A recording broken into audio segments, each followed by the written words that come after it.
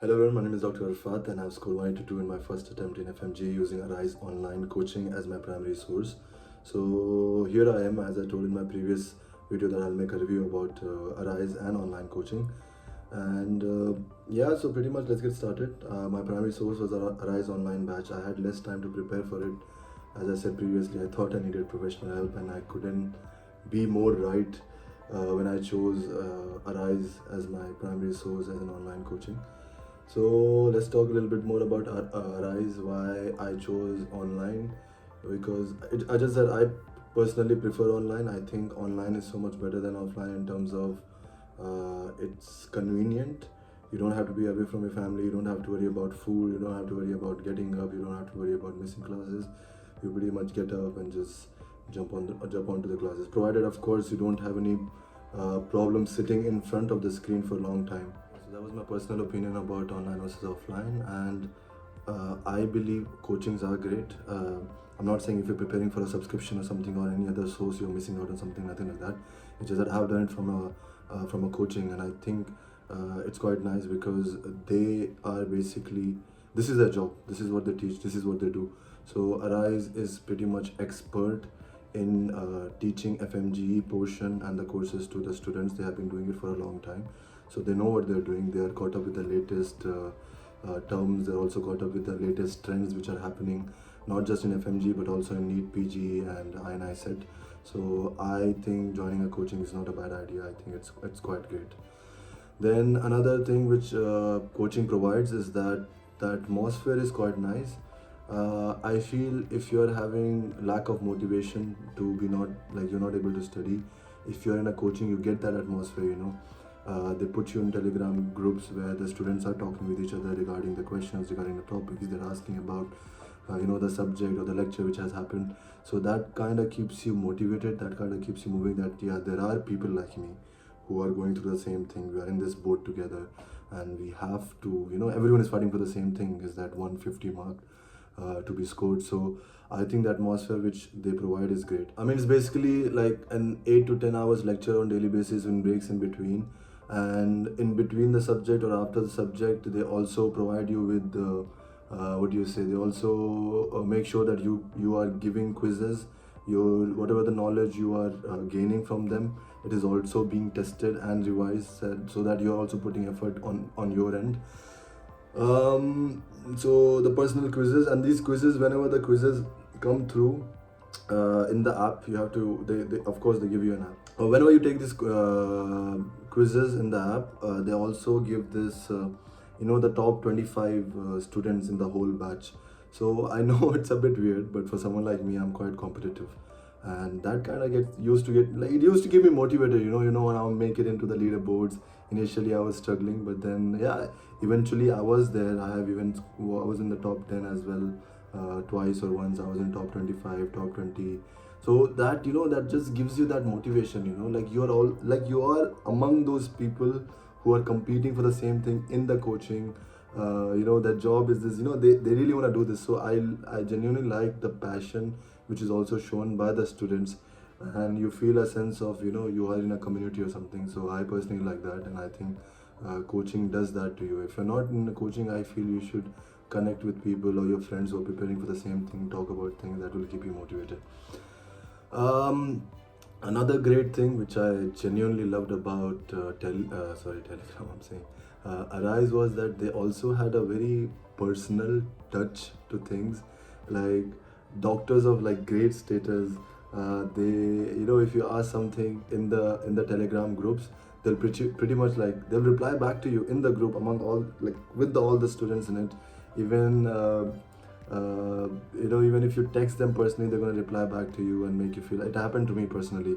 So I texted two of the doctors, and they genuinely replied to me, and they made me feel good about it. So they're like, it's just not about coaching, it's also about the how, like how they made it they made you feel like a family. At least for me, in my case, where I actually went out, I reached out to the doctors, and they they did not make me feel like you're just a student. They made me feel like we care for you, we are here for you, anything you need, whether it be mentally, emotionally, or of course academically.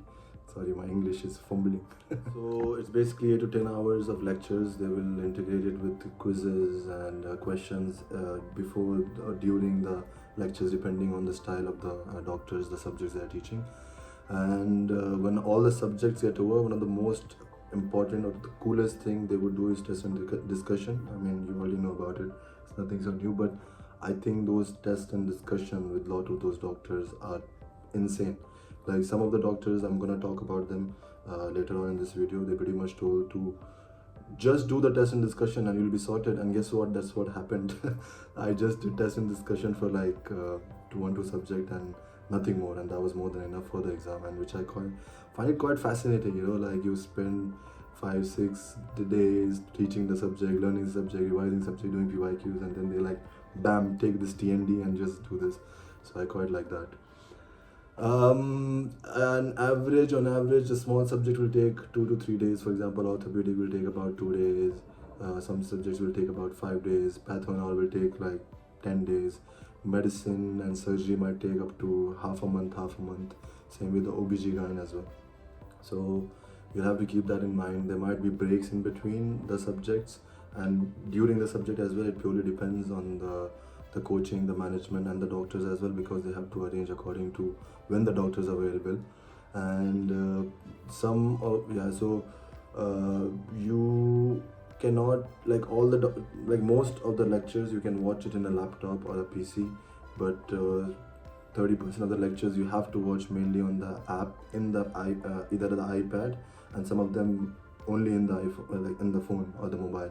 So I think that's slightly a drawback. I mean, if you're learning from a laptop and just you have to switch in between, because some doctors they just prefer for it to be there because of, I believe, copyright issues, because they're working with either other coachings or other applications or subscriptions.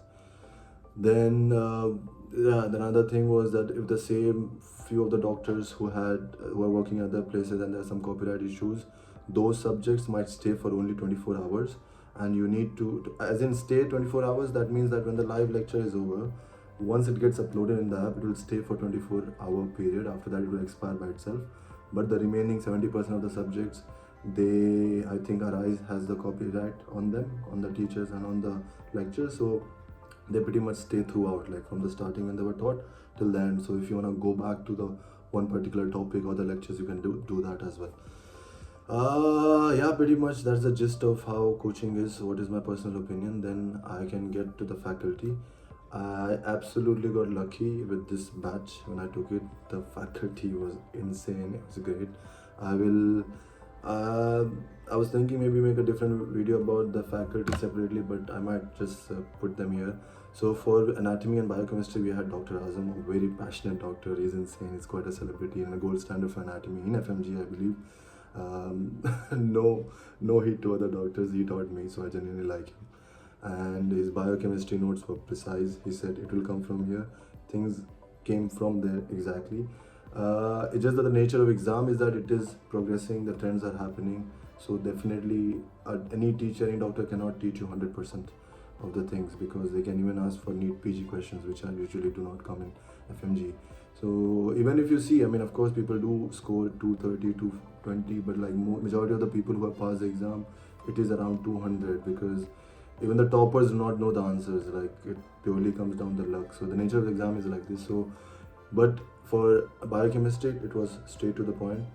Anatomy, Dr. Azam took in parts and not continuously in one stretch. So that I did not like it that much. So because anatomy is a very volatile subject, so I couldn't stay in my brain.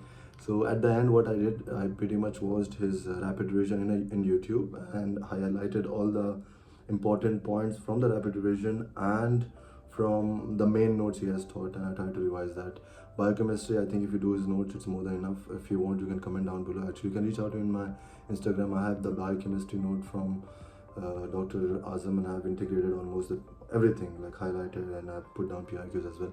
For physiology, we had Dr. Sriteja, amazing doctor, beautiful notes. He has insane notes.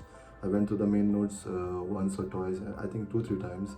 But the most important thing was that he gave a test and discussion about 94 questions, and he said everything's going to come from that, and pretty much everything came from those questions. I'm not saying exact same thing, but if there's a question about one particular topic, you do that from the test and discussion and go back to the notes and basically revise those topics. For pharma and for microbiology, we had Dr. Salman. Dr. Salman is a gold standard for pharmacology. There's no question about it. I think he's great. His mnemonics are great. The way of teaching is great. He motivates the shit out of you. You get very motivated when you're joining his lectures. For pathology, we had Dr. Sarah. She is an absolute beautiful human. She's great. She teaches so well. She's very hardworking. And she was another teacher compared to, other than physiology, Dr. Siteja, that she gave a test and discussion towards the end, that she said most of the things will come from there. She had questions. She also made the notes below the questions, the notes which you have to refer, so you don't have to go back to the main note and revise again and again. So I think that was really helpful, and almost everything came from her test and discussion. And biology, we had Dr. Khalil. He's the boss man of RISE. He's amazing. He taught everything so well, and he was him and Dr. Sarah had very, when I talked about the personal touch in Telegram groups and to the students, I think him and Dr. Sarah was very coordinated. Basically, they took care of all the students. If you type something in the Telegram group, they will reply to you, even though he's the mind of RISE, the brain of RISE. For PSM, we had Dr. Asma, amazing teacher. She taught everything. It's pretty much all facts, so you have to just keep doing it again and again. PSM. For ENT, we had another celebrity teacher, Dr. Rajiv. His notes are amazing. Everything from the notes. His notes even integrates PYQs by himself, and you can also integrate your own things in between. For Optha, we have Dr. Sudha. She is from PW Method as well, and her way of teaching was it was great. Like, she had questions in the end of the notes, I think, which were quite nice. For pediatrics, we had Dr. Sandeep. Amazing notes, beautiful notes. I think his notes are precise, to the point. Like, he makes flow charts. His notes also have tips and tricks. Let's say you're doing on congenital adrenal hyperplasia, he tells you, if you see this, you have to think about this particular enzyme and whatnot. So even from the notes, I genuinely loved everything Dr. Sandeep has mentioned in his notes. In his lectures, his way of teaching is great, but his notes are just far superior. Then for surgery, we had Dr. Sandeep, the surgery guy. If among all the doctors, a doctor which has to win the best notes award, it has to be him, in terms of, it's very precise, it's very beautiful written, there are tables, there are contents, and he'll just start drawing things and it'll become, beautiful 3D art, like a diagram. So I genuinely loved his teaching, his notes, and even he gave a rapid revision towards the end of the coaching, which he pretty much said, do only that and do the test and discussion, it'll be more than enough. And this time, unluckily, surgery was the hardest subject which was asked, so not everything was from his notes, but it was more than enough in my opinion. OBGYN, we had Dr. Ismail. He is Doctor GMC registered in the UK. He's working in Newcastle. Amazing. I think he had made OBGYN very conceptual. If you are ever going to be a resident in OBGYN, I would recommend study from him, learn from him. So luckily or sadly, we were the last batch he taught. I think is an absolute great person, a great teacher, mind-blowing teacher, amazing teacher, really good. Then for forensic, for psychiatry, we had Dr. Nadeem. He is the gold standard for forensic. There's no doubt about it. He's absolutely great teacher. He's very passionate about teaching. And I think his forensic, the way he teaches, and psychiatry, there's nothing more than whatever he teaches. It's not going to come more than what he has taught. For medicine, we had Dr. Prian. Absolutely, I have no words to describe. When I got to know there's a doctor who's MRCP qualified, gold medalist, who has USMLE qualified, was quite shook. He teaches so well. His notes are really good, the way he has taught. When he teaches also, he talks, he makes stories, so it integrates in your head much better. Like during the exam when I'm taking, I'm remembering those stories he has taught in the class for absence, seizure, or anyone. And basically gives name to these imaginary characters, and then those people have this disease, and you try to remember the symptoms and treatment and whatnot. After everything was done, all the TNDs was done, Dr. Priyansh basically took something called QRP, and that QRP he made you revise all the 19 subjects, and he started with medicine, so you had a rapid revision of medicine and the most important subjects of medicine. Then uske baad he also took care of all the remaining subjects as well, including radiology, dermatology, A to Z, everything. For dermatology, we had Dr. Jazir, another great teacher. For orthopedic, we had Dr. Rohit. His test and discussion was insane. So yeah, that was pretty much it for the faculty. Talking about some of the cons, I would say which were there was that sometimes I felt uh, because it purely comes down to the management, how they're managing doctors, how they're managing the subjects as well, and the doctors have to be free as well, to give the lectures. For example, few subject I believe they could have been done in one stretch when they were split out throughout the coaching. I think that kind of missed out the like the concepts and few things here and there. Then also I do not love the fact that you'll have to switch the devices between based on the subject. Like sometimes you have to study from watch the live lectures from phone, sometimes from iPad. It was a bit off, but all these things they are very minute, they're very small things. I don't think, like, our goal is basically to study and give 100%, so I don't think these things should matter. Sometimes the doctors would fall sick and it's inevitable, everyone falls sick, they are humans as well. So people used to lose their shit in the Telegram groups, all the students, and not argument, but they used to take the piss out of the doctors and the management. But I think we need to, we have to be a little bit more understanding. Why waste money on things we can't control, but rather focus on studying and revising things. I think that's more better. I would like to end this video and tell that the most common thing among all the doctors and the faculty which they had was that all the doctors were passionate about teaching, which I find it very fascinating.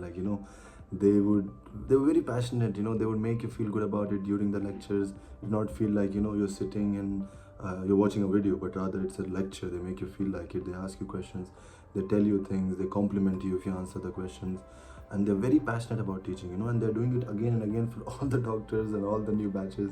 I find it very fascinating, and I think maybe I would like to explore my a career in teaching, and maybe I'll upload teaching videos in the future. And they motivate you so well, they motivate you really well. So basically I would like to end this video by a motivational letter which was there at the end of Dr. Priyansh's note. It's a letter, I read it before the exam, and I think that got me quite motivated.